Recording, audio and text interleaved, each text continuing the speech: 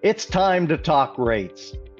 Hi, everyone, and welcome to Tampa Bayside Brief, your Florida real estate update, brought to you courtesy of Todd and Paula Diesel, licensed realtors with RE/MAX Bayside in Apollo Beach, Florida.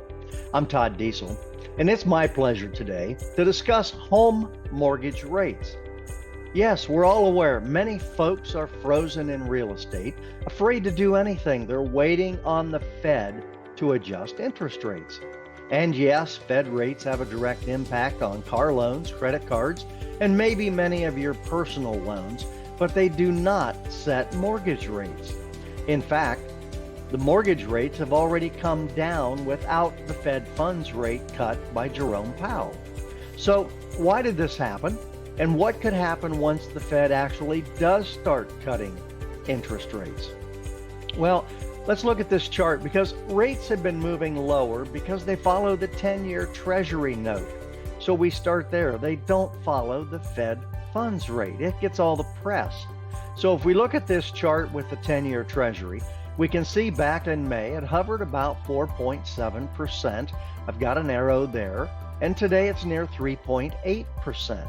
With expectations it could drop later this year to close to 3.6 to 3.7.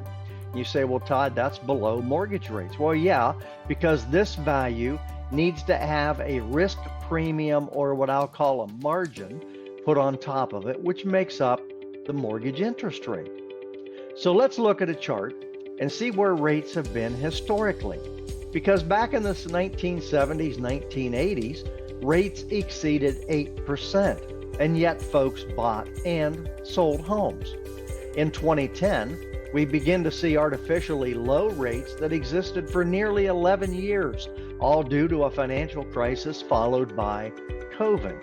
So as our economy normalizes now, so do mortgage interest rates. So if you look at the red lines on this chart, the bottom line's around 5.5%, the upper end is 8%, and in between that appears to be what I'll call normal mortgage interest rates over the long term.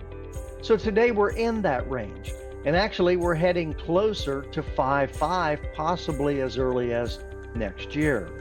For example, today, someone with good credit, they can get a mortgage home loan achievable somewhere around 6 to 6.5%. We had one mortgage broker this recently told us they got somebody qualified in the upper fives. So if you're waiting for 3 to 4% mortgage rates to occur, you could be waiting for a long time. So here's a great strategy. Buy what you can afford to buy today. Buy less house if that's what it means. Start building equity and move up in a few years instead of sitting on the sidelines and watching home prices continue to appreciate without you in the game. Here's actually the principle. It's don't wait to buy real estate